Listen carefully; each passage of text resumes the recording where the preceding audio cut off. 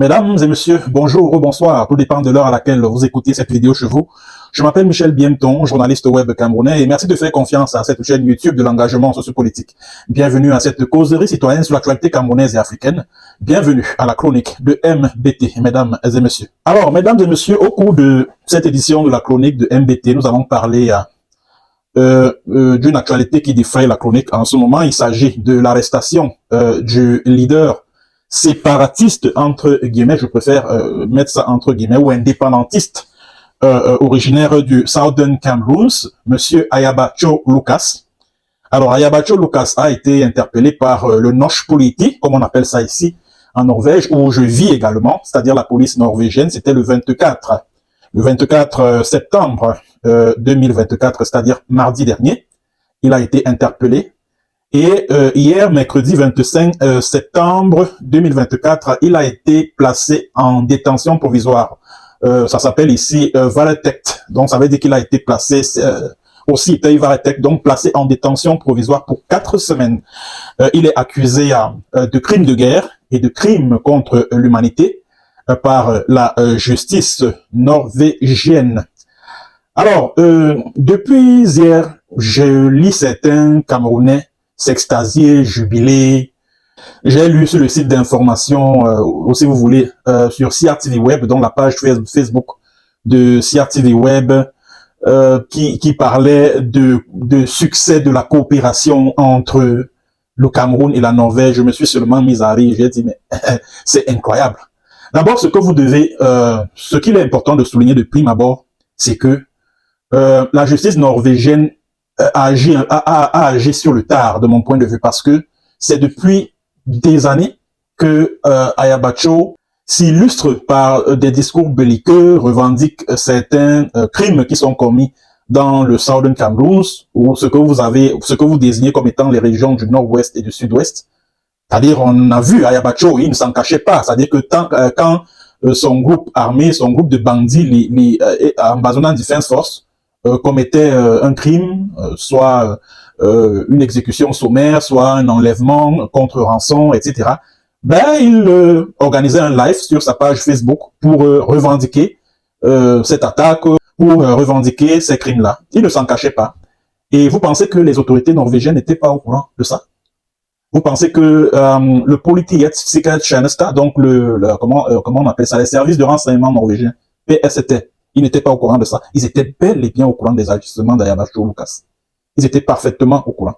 Et la justice norvégienne a donc décidé de sévir. Alors, j'ai donc lu sur CRTV Web qu'il s'agit de l'aboutissement de la coopération, c'est-à-dire du succès de la coopération entre le Cameroun et la Norvège. Il n'en est absolument rien. C'est du mensonge pur et simple. J'aimerais que vous reteniez une bonne fois pour toutes que il y a un organe ici en Norvège qu'on appelle Kripos, c'est-à-dire que c'est un pool de la police norvégienne qui est spécialisé dans les enquêtes relatives aux crimes de guerre et crimes contre l'humanité. Bref, tous les crimes qui sont considérés comme étant graves.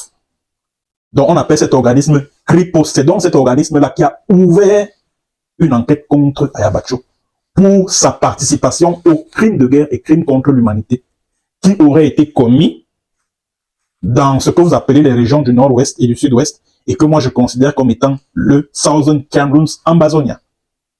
Il faut que vous le reteniez une bonne fois pour toutes.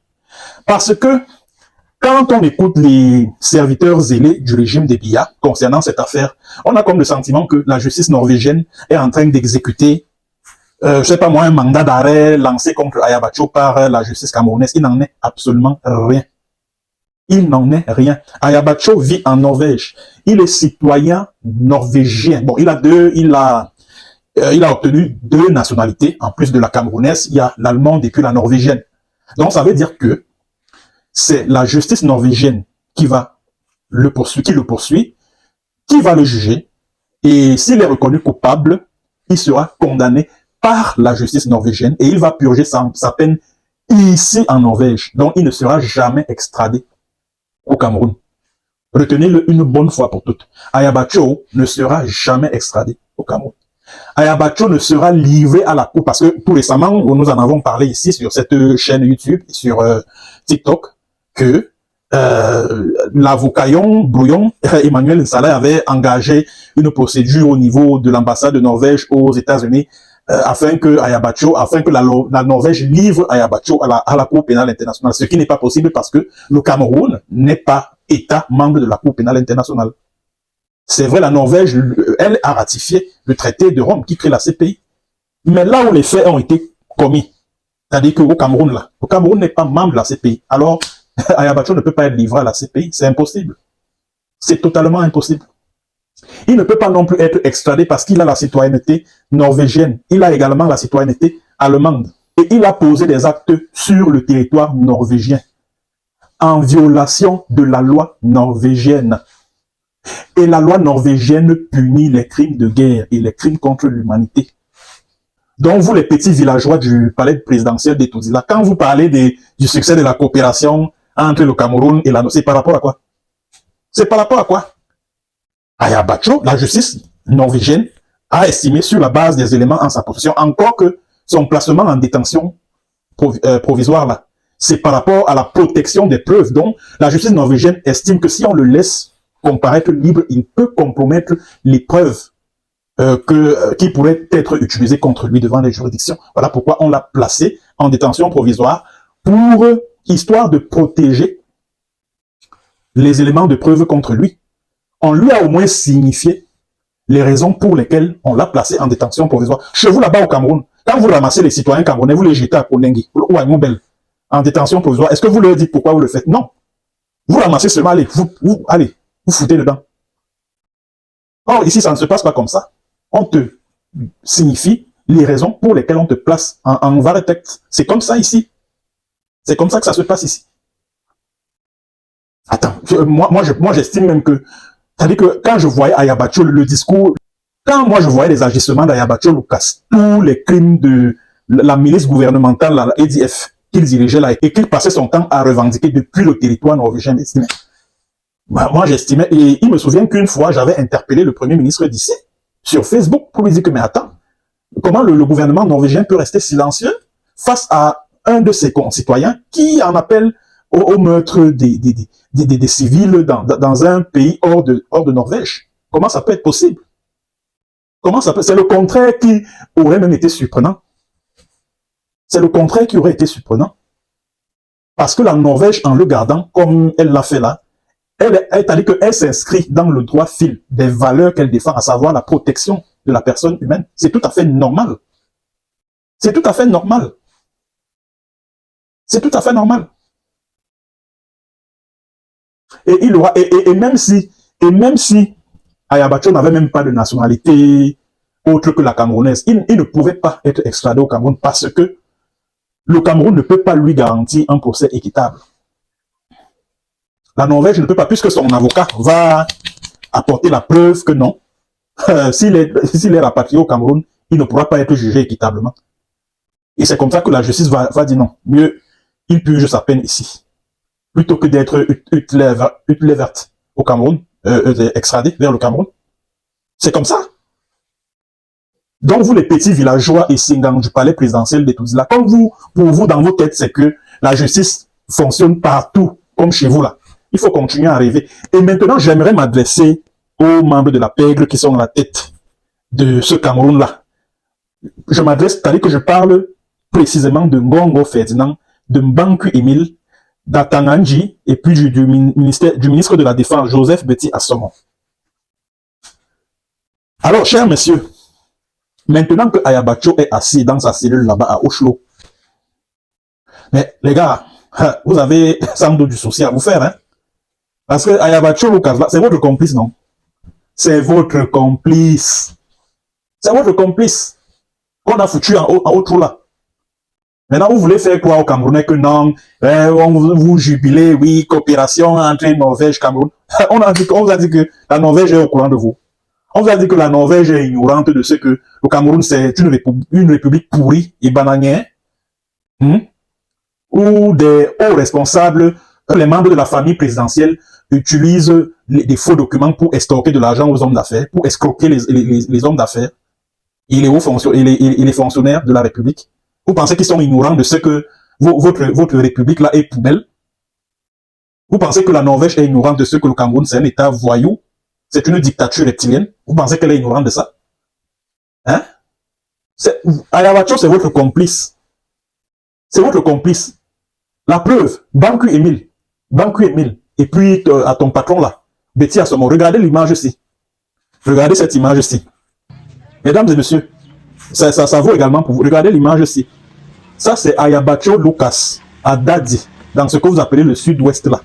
Il était en train de faire la revue de ses troupes, les ADF. Je dis bien, il était au Cameroun. Nous étions en fin décembre 2017. C'est-à-dire à une période où les leaders anglophones étaient traqués partout à travers la République. Et Ayabacho a réussi l'exploit de se retrouver à l'intérieur du territoire camerounais, faire la revue de ses troupes et repartir comme si de rien n'était.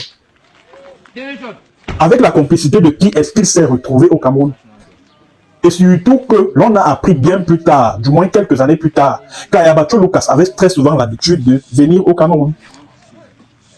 Avec la complicité de qui était-ce? Et il y a même un de ses lieutenants, un certain Larry Ayamba, qui est en Belgique. Je me souviens une fois, c'était en 2021, il m'avait appelé pour me menacer et tout, qui va porter plainte et machin contre moi, etc., etc., et que même si son patron se rend souvent au Cameroun, ça fait quoi? Lui-même, il y va souvent et dit, ah bon, ok, c'est bien. C'est bien. Donc, ça veut dire que vous ne pouvez pas vous retrouver au Cameroun sans la complicité des autorités camerounaises. Ah oui. Parce qu'il y a des activistes qui sont souvent arrêtés, non? Au niveau des postes frontaliers du Cameroun, à l'aéroport, etc., non? C'est-à-dire que tu arrives, tu descends de l'avion. Bon, une fois que tu es à l'aéroport, on t'arrête, on te dit que non, oui, si on t'a arrêté, c'est parce que tu avais participé à une marche à Paris, à Londres ou à Bruxelles, etc., etc. Or, voilà des gens qui nous disent que ils sont entrés facilement au Cameroun alors qu'ils sont on va dire quoi, ils sont en train de résister militairement au gouvernement camerounais. Vous trouvez que ça tient debout? Alors, mesdames et messieurs, je m'adresse ici à Ferdinand Gongo, à Betty Assomo, à Tanganji, et puis au colonel Joël Émile Banku Émile, l'assassin de la bébé et de Florence Ayafo. Regardez encore cette image-ci. Regardez l'image-ci. Regardez bien cette image-ci. Mon vœu le plus cher, c'est que la justice norvégienne puisse remonter aux sources de financement d'Ayabacho, ainsi qu'aux sources d'approvisionnement d'Ayabacho et de ses gardes et de ses EDF en armes, du moins en logistique. J'espère que Ayabacho va devoir expliquer devant les doomers là, les juges norvégiens là, d'où provient ce matériel roulant. Qui a mis ce matériel roulant là à sa disposition? Les uniformes que portent ces EDF là, il va devoir expliquer d'où ça vient, ainsi que les financements qu'il reçoit. Et mon souhait, c'est que la justice norvégienne passe au peigne fin tous les appels téléphoniques, toutes les communications d'Ayabacho. Je suis sûr et certain qu'elle va découvrir des choses terribles. Elle va découvrir des connexions avec Yaoundé. Ça, je peux vous le garantir. Oui, cette justice va découvrir des connexions avec Yaoundé. La preuve, je me rappelle, quand j'étais au Cameroun, j'enquêtais sur le mouvement indépendantiste anglophone. Je suis tombé sur une capture d'écran d'une conversation entre Ayaba et un de ses commandants de EDF là. Et entre autres choses, Ayabacho posait la question à son commandant là mais que reste-t-il des 50 millions ou des 5 millions ou 10 millions que le manager du groupe Moukete a mis à notre disposition pour acheter les RPG? Et le groupe d'affaires Moukete ici est bien connu au Cameroun. Et c'est un groupe d'affaires qui est proche du parti au pouvoir, proche du gouvernement camerounais. Donc mon souhait, c'est que la justice norvégienne puisse remonter jusqu'au commanditaire des actes posés par Ayabacho et les membres de son groupe. Et je suis sûr et certain que les enquêteurs norvégiens vont tomber sur les sécurocrates du régime de Paul Biya. Je suis sûr et certain et à 100%. Je vais encore vous présenter, mesdames et messieurs, une autre preuve de ce que Ayabacho collabore avec le gouvernement camerounais. Je vous invite à écouter cet audio, mesdames et messieurs. Écoutez très attentivement cet audio. Écoutez. Yeah, my man, Ayaba. that one a fantastic work, fantastic. You know what will happen for boy. Yes, now so now the way that we just, you know, that kind of style where we discuss them. So if you just do and so easy, you know, yeah, they don't confirm them for me saying that the right strategy that we just get for, you know, behind the scenes will cause confusion. You know, just use one or two of the boys. Them like if you pick one, just like you know how it happened for boy today, it will just cause confusion on the ground, total confusion. You know, so ADF they do fantastic work. You know, what will be happen for Munyenge? It will be. It not be planned that way, but it still get the right effect. So now we need to focus our attention on Manu and Momo, you know, cause confusion. So if one person sleep, then yes. Actually, I don't talk to, you know who I they talk about now. I don't talk to Ipa, and you know your package becomes more time. Alors, mesdames et messieurs, celui que vous venez d'écouter là s'appelle Nkonda Titus. Bon, il se fait appeler My Country People Them. Donc, c'est son petit nom. Bon, il est très actif là sur Facebook, sur YouTube, etc., etc. C'est un agent des services secrets camerounais, ou du moins, il travaille en étroite collaboration avec les services de renseignement du Cameroun, la DGRE, la C1000, et il est à la solde de Ferdinand Ngongo, le secrétaire général à la présidence de la République, qui lui verse 16 millions chaque mois pour la propagande et la propagation des fausses nouvelles et auxquelles il s'adonne sur les réseaux sociaux. Alors, c'est donc lui qui envoyait un voice WhatsApp à Ayabacho Lucas. C'est-à-dire que Nkonda Titus, il collabore avec le gouvernement camerounais. Il est à la solde du gouvernement camerounais. Mais il envoie un vocal à Ayabacho Lucas, un leader prétendument séparatiste. Et dans ce vocal-là, qu'est-ce que Nkonda Titus dit? Il félicite les EDF pour la confusion que ce groupe armé sème au sein de la lutte d'indépendance du peuple du Southern Cameroun. Il dit que non, il est très content, que vraiment, il faut qu'on continue à s'aimer la confusion, que vraiment, c'est le travail qui est fait sur le terrain est bien fait, et qu'il y a le papa que tu connais là, il a prévu un paquet pour toi. Et qui dit paquet ici dit l'argent. Vous savez, moi, je parle toujours avec des preuves à l'appui. Vous-même, vous avez suivi l'audio tout à l'heure. Vous avez vous-même suivi. Bon, mesdames et messieurs, écoutez encore cet autre audio. Écoutez cet audio-ci. Écoutez celui-ci. Mais monsieur Capot, c'est pas normal. Il faut lui dire, il ne peut pas prendre beaucoup d'argent comme ça et ne pas faire le travail qu'on lui demande de faire. Non, il fait quand même. Donc, c'est pas à lui de dire. Il fait quand même des efforts, mon colonel. Il doit faire ce que nous demandons qu'il fasse. Et parce que sinon, il aura des problèmes avec nous. Hein. On ne se lève pas un beau jour comme ça, on prend beaucoup d'argent comme ça. Non, il faut que c'est nous qui payons et on doit exiger ce qu'il doit faire. Il écoute quand même. Alors, l'audio, le deuxième audio que vous venez d'écouter là, c'est un haut responsable du ministère de la Défense, un colonel. Il s'adresse à son collègue qui est au téléphone avec Capo Daniel. Et qui est Capo Daniel ici? Capo Daniel, c'est le porte-parole de EDF, donc le groupe armé d'Ayabacho Lucas. Il n'est pas content du rendement sur le terrain parce que les gars ont débloqué de l'argent. Donc, ils ont mis de l'argent à la disposition de Capo Daniel, mais le résultat n'a pas été au rendez-vous. En fait, c'est de cela qu'il s'agit dans l'audio que je viens de produire. Voilà. Alors, messieurs Ferdinand Ngongo, Atanganji, Joseph Betty Assomo et tout le reste. Dera, Mo, Bli, Sixtet, Somme, Me, Shildia. Je reprends. Dera, Mo, Vara, Mobli, Sixtet, Somme, Me, Shildia. Vous devez être inculpé en tant que complice d'Ayabacho Lucas. C'est ce que ça veut dire. Vous devez être inculpé. Vous tous là, les Mbanku, Emile, Atanganji et autres là. Parce que Ayabacho est votre complice. C'est lui. Tous les crimes là qu'il a eu, que l'EDF a eu à commettre sur le terrain, et l'enlèvement de la sénatrice, Régine Amundi, et l'élimination physique de Florence Ayafor.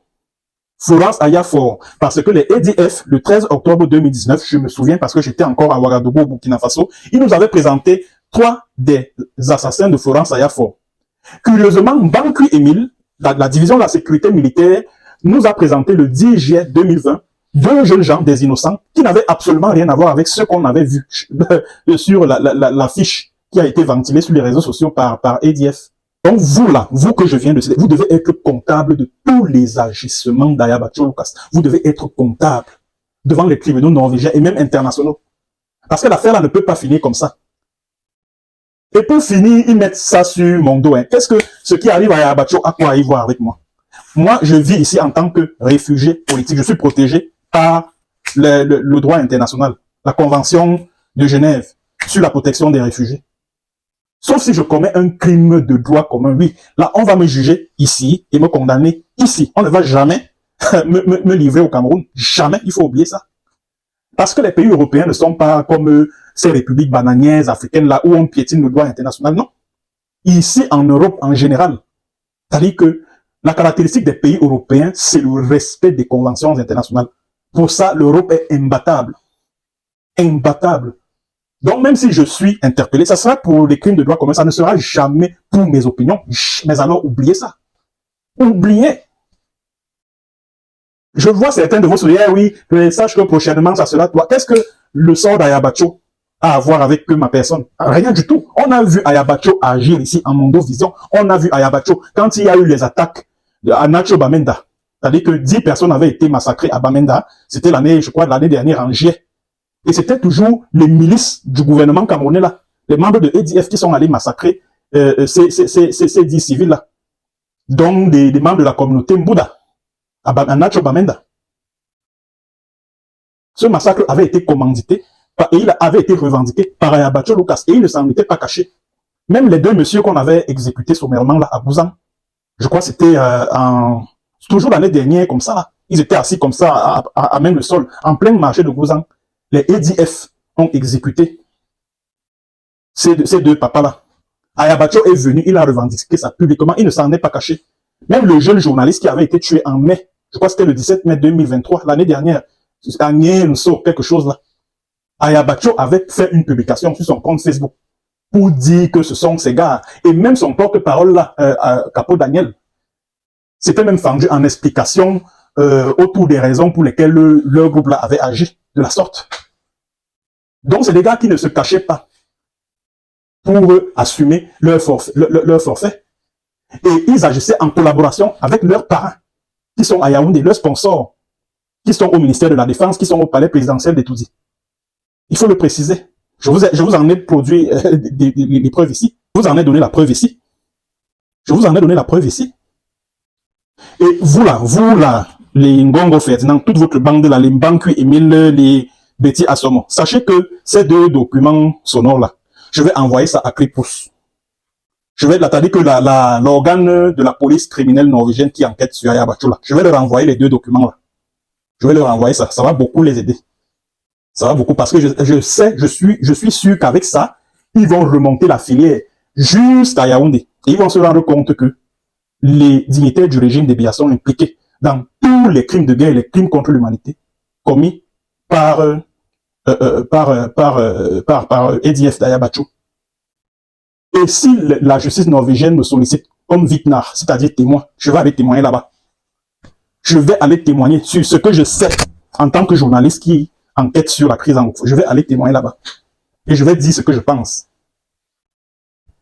Bon, mesdames et messieurs, c'est tout ce que j'avais à dire concernant cette affaire de l'arrestation d'Ayabacho Lucas. Ce que j'aimerais que vous reteniez, c'est que Ayabacho Lucas, du moins la justice norvégienne a estimé que Ayabacho a posé des actes sur le territoire norvégien et qui sont contraires à la loi norvégienne. Il est donc poursuivi par la police, du moins il fait l'objet d'une enquête de la police norvégienne, ou du moins d'une unité de la police criminelle qu'on appelle ici, en Norvège, Kripos. Parce qu'il y a plusieurs spécialités au sein de la police judiciaire norvégienne. Il y a Økokrim, qui s'occupe des enquêtes sur les crimes économiques, et il y a Kripos, qui est spécialisé dans les crimes de guerre, les crimes contre l'humanité, bref, des crimes qualifiés de graves. C'est donc cet organisme-là qui investigue sur les actes commis par Ayabacho Lucas et qui sont qualifiés par la justice norvégienne de crimes de guerre et de crimes contre l'humanité.